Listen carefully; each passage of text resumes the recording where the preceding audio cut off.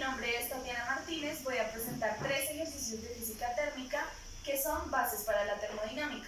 Por esto voy a explicar los procesos termodinámicos. El primer proceso se llama el proceso isobárico. En este proceso la presión permanece constante.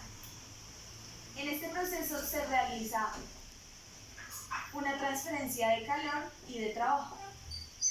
Aquí el trabajo está escrito como P por el volumen final menos el volumen inicial. La primera ley de la termodinámica se escribe en este proceso como la variación de la energía interna igual a el calor, que es Q, menos el trabajo, que es P, por el volumen final menos el volumen inicial. El siguiente proceso se llama el proceso isovolumétrico. En este proceso el volumen permanece constante. Por esta razón se dice que dentro del sistema no se está realizando ningún trabajo del gas, entonces por lo tanto el trabajo también vale cero. Por esto la ecuación de la primera ley de la termodinámica se escribe como la variación de la energía interna es igual a el calor. El siguiente proceso es el proceso adiabático. En este proceso no se realiza ninguna transferencia de calor con el medio ambiente, por esto quiere decir que Q es igual a 0. Entonces, la ecuación de la primera ley de la termodinámica se escribe como la variación de la energía interna es igual a menos el trabajo. En este proceso se llama el proceso isotérmico, la temperatura es constante. Por esta razón, como la energía interna del gas es solamente en función de la temperatura, quiere decir que la variación de la energía interna es igual a 0. Por esta razón, podemos representar que Q es igual al trabajo. El calor es igual al trabajo. Bueno, para esto necesitamos tener en cuenta la ecuación de los gases ideales, que es PV igual a nRT, que significa presión por volumen igual al número de moles por R, que es la constante de la ecuación de los gases ideales, se representa con una R, y T es la temperatura. Entonces, ¿cómo vamos a representar el trabajo en este caso? El trabajo es igual a la integral del volumen final y el volumen inicial por P, la derivada del volumen, todo esto igual a la integral del volumen final, el volumen inicial, todo esto nRT sobre el volumen por la derivada del volumen. Entonces, como sabemos que la temperatura es constante, entonces podemos quitarla de la integral. ¿Cómo nos queda el trabajo? El trabajo es igual a nRT logaritmo natural del volumen final y el volumen inicial.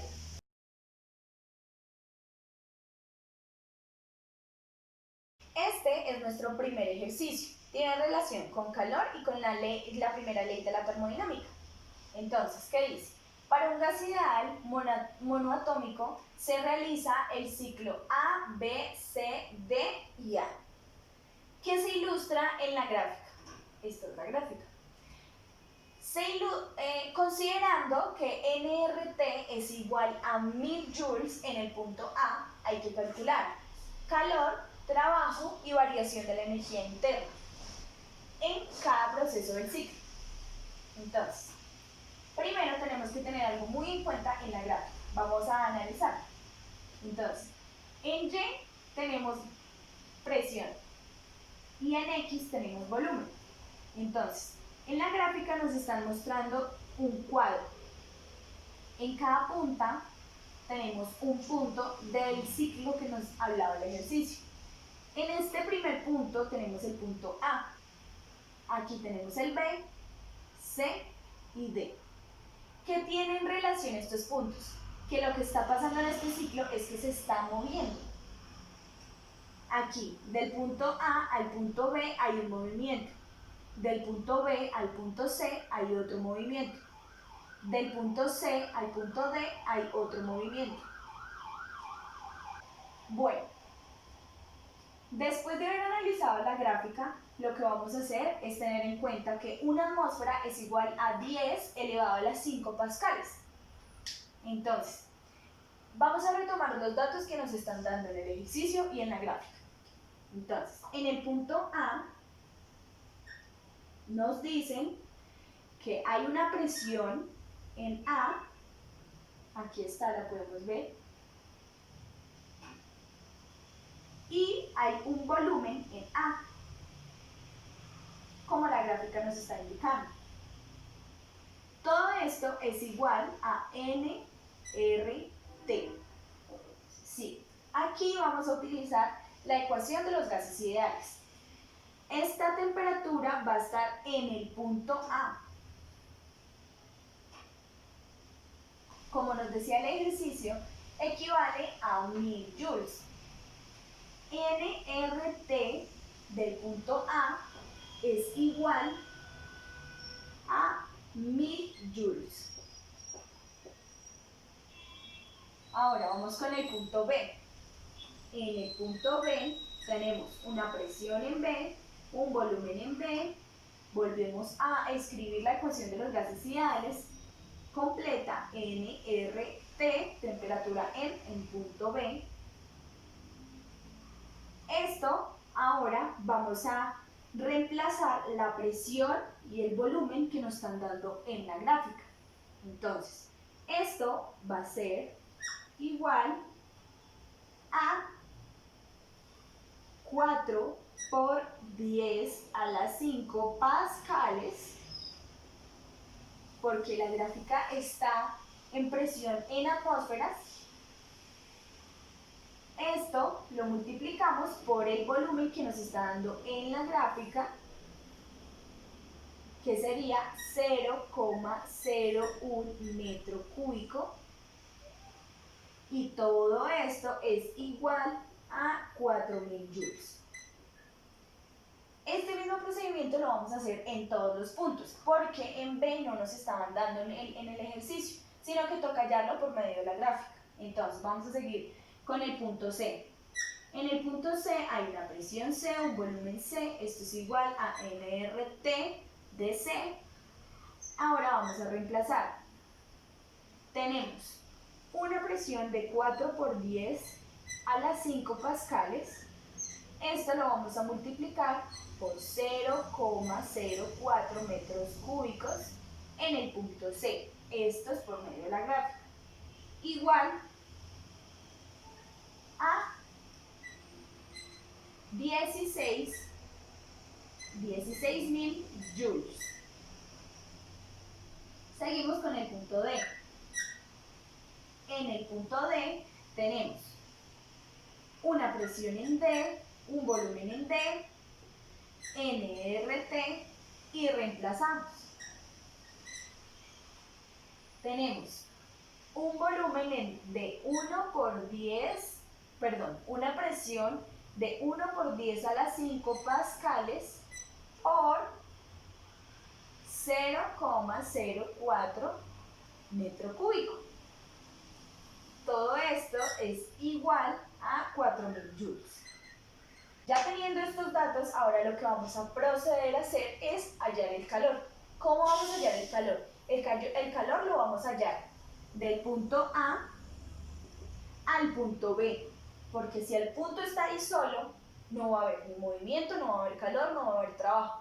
Entonces lo que vamos a tener que hacer es que, asimismo, la gráfica nos está representando que hay un movimiento de A a B.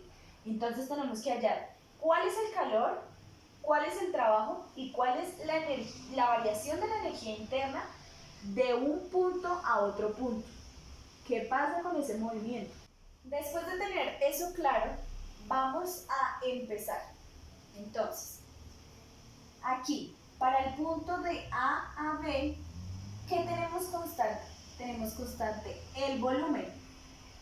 El volumen es constante porque del punto A a B hay movimiento en Y, pero no hay movimiento en X. Entonces, por lo tanto, la gráfica nos dice que no hay variación en el volumen. El volumen permanece constante.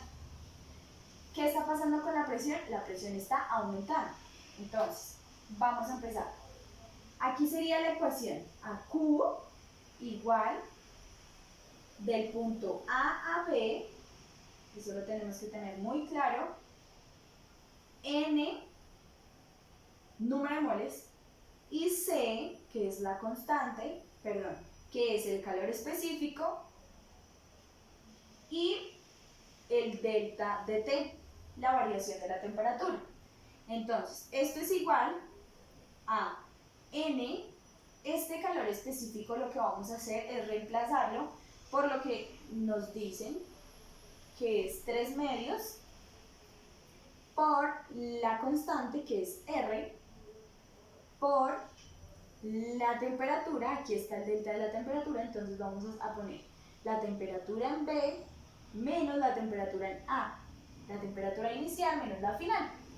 Entonces esto sería igual, vamos a reemplazar. Para que no nos quede esta fracción, lo que vamos a hacer es resolverla. 3 medios es 1,5. Entonces, 1,5 por nRT en B menos nRT en A. Bueno, después de tener esto, lo que nosotros vamos a hacer es reemplazar los valores.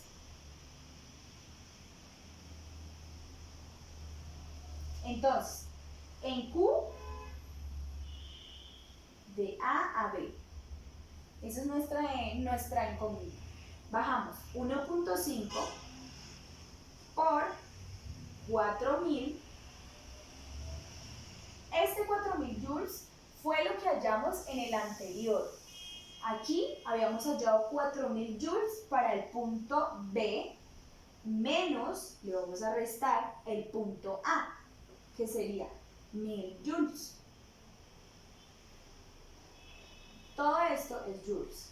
Entonces, esto lo resolvemos y da 4500 joules. Ahora, lo que nosotros vamos a hacer es tratar de hallar el trabajo. ¿Qué pasa si el volumen es constante? Pues no hay un trabajo. Entonces, el trabajo es igual a 0. Entonces, no cualquier trabajo, el trabajo del punto A a B es igual a 0, o sea, es constante.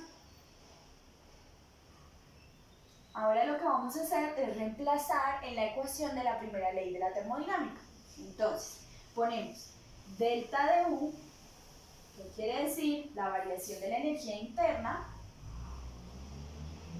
igual a el calor del punto A a B menos el trabajo de A a B, y esto sería igual a 4500 joules. ¿Por qué? Porque el trabajo se cancela porque es 0. Entonces, este es el valor que nosotros tenemos del trabajo que se está realizando dentro del sistema en el punto A a B. ¿Qué está pasando del punto B a C? Hay un movimiento del eje X, pero no hay movimiento en el eje Y. ¿Qué quiere decir? Que en este punto de B a C hay presión constante. Entonces, aquí la presión va a ser constante.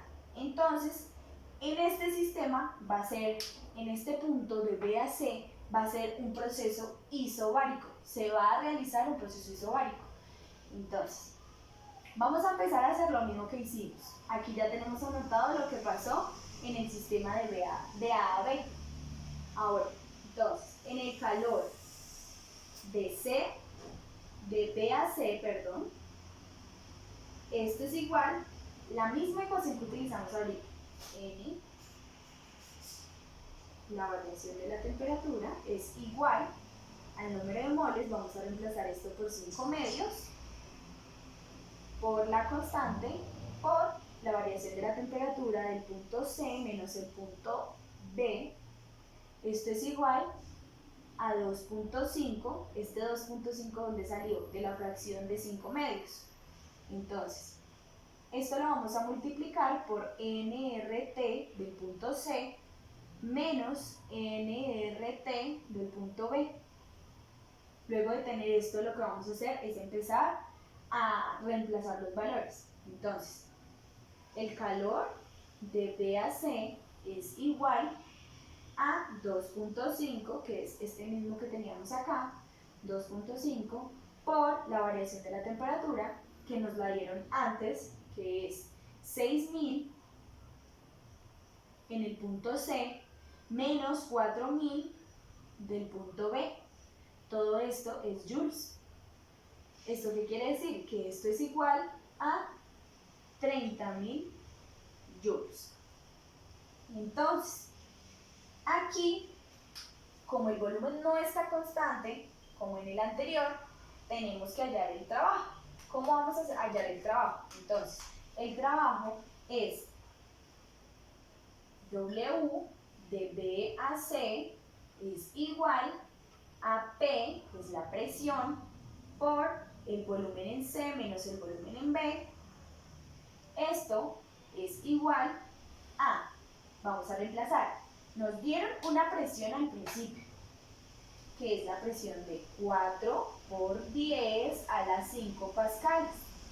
Esto lo vamos a multiplicar por la temperatura que nos dieron, por el volumen que es 0,04 menos 0,01. ¿Qué es esto? Pues lo que nos dieron en la gráfica en cada punto, en el punto C y en el punto B. Todo esto es metro cúbico. Luego de tener esto vamos a pasar a resolverlo, que sería igual el trabajo de B a C es igual a 12.000. 12.000 joules sería delta de U, variación de la energía interna, es igual a el calor de B a C menos el trabajo de B a C. Esto lo vamos a reemplazar. Entonces, ¿qué nos dio en Q de B a C? En Q de B a C nos dio un valor de 30.000 joules. Entonces ponemos el valor 30.000 joules menos, ¿qué nos dio en el trabajo? 12.000 joules. Nos dio 12.000 joules. Esto sería igual a que la variación de la energía interna es igual a 18.000 joules. Para los dos siguientes puntos lo que hicimos fue exactamente lo mismo, solamente que nos dio en valores negativos porque en la gráfica está disminuyendo o hacia la izquierda. Bueno, este es nuestro segundo ejercicio, es de calor específico y dice: ¿qué cantidad de calor se le debe aplicar a una barra de plata de 24 kilogramos para que se eleve su temperatura de 31 grados centígrados a 95 grados centígrados? Entonces, este ejercicio lo que nos dice es qué cantidad de calor se necesita para elevar la temperatura de 31 grados centígrados a 25 grados centígrados. Tener muy en cuenta que el material que se está manejando es de plata. Entonces, lo primero que tenemos que hacer es que la masa nos la dieron en kilogramos, la pasamos a gramos con la conversión. Cancelamos unidades y nos da 24 gramos. Ahora, la temperatura inicial es 31 grados centígrados, la temperatura final es de 110 grados centígrados, el calor específico de la plata es de 0,056 calorías sobre gramo por grados centígrados. La ecuación del calor específico es calor específico igual al delta de Q sobre la masa por el delta de la temperatura. Esto, despejando el delta de Q, que lo que tenemos que hallar es el calor necesario, entonces sería delta de Q igual a la masa por el calor específico por la temperatura final menos la temperatura inicial. Aquí vamos a empezar a reemplazar los valores en la ecuación. Entonces sería el delta de Q es igual a la masa, que son 24.000 gramos, que fue lo que nos dio, por el calor específico, que es 0,056 calorías sobre gramos por grados centígrados. Esto es multiplicado por la temperatura final, que la temperatura final es 110 grados centígrados menos la temperatura inicial, que es 31 grados centígrados. Ahora vamos a resolver esto. Entonces esto nos da 107 calorías. Este es el total de calorías necesarias para que ocurra este proceso que nos pide el problema. Entonces se necesita este calor para que la temperatura se eleve de 31 a 95 grados centígrados.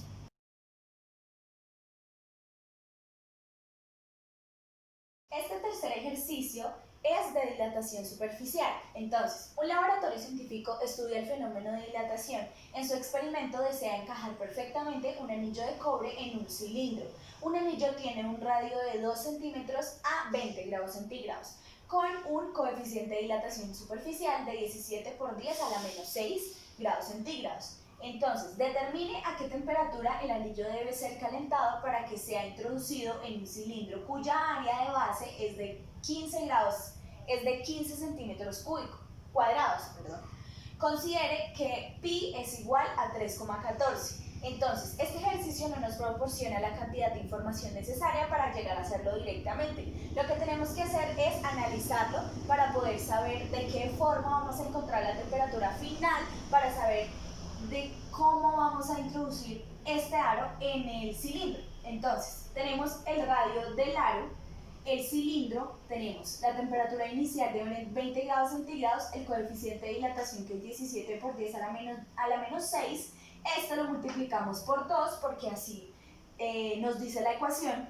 El área final es de 15 centímetros cuadrados y al multiplicar el coeficiente de dilatación lineal nos da 34 por 10 a la menos 6 grados centígrados a la menos 1. Entonces empezamos aquí. El área inicial es pi por radio al cuadrado. Pi es 3,14 y esto lo multiplicamos por el radio al cuadrado, que son 2 centímetros al cuadrado. Entonces, esto lo vamos a multiplicar. Después de tener esta área, lo que vamos a hacer es utilizar la ecuación que es área final igual al área inicial por 1 más el coeficiente de dilatación lineal por temperatura final menos la temperatura inicial. Aquí lo que vamos a hacer es despejar la temperatura final. ¿Por qué? Porque eso es lo que nosotros necesitamos. Entonces, vamos a pasar de esta ecuación a esta otra ecuación. Entonces, vamos a hacer área final menos área inicial es igual al coeficiente de dilatación lineal por el área inicial por la temperatura final menos la temperatura inicial. Área inicial, ahora lo que tenemos que hacer es despejar para poder tener la temperatura final, que es lo que nos está pidiendo el ejercicio. Entonces, para despejar de aquí la temperatura inicial, nos quedaría como temperatura final, esto es igual a el área final menos el área inicial sobre el coeficiente de dilatación por el área inicial. Esto le sumo la temperatura inicial. Entonces, aquí solo nos queda reemplazar los datos. Sería temperatura final es igual al área final, que el área final nos la están dando acá, que es 15 centímetros cuadrados, menos, esto es menos el área inicial, que es 12,56 centímetros cuadrados. Esto lo vamos a poner sobre el coeficiente de dilatación, que es 34 por 10 a la menos 6 grados centígrados a la menos 1, y lo vamos a multiplicar por el área inicial, que es 12,56 centímetros cuadrados. Eso lo vamos a multiplicar. Entonces, esto nos da una temperatura final. Aquí, primero vamos a restar esto que está en la parte de arriba del numerador. Nos quedaría como 2,44 centímetro cúbico sobre 0,00042704 grados centígrados a la menos 1 por centímetro cuadrado. ¿Listo?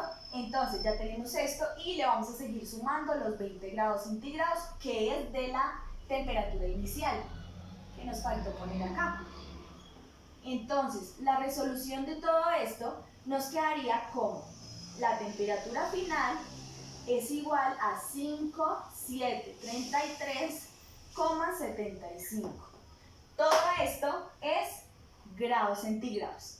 ¿Qué nos quiere decir esto? Que 5733,75 grados centígrados es la temperatura que necesitamos aplicarle al aro para que se genere una hidratación superficial y podamos introducirlo al cilindro. Gracias.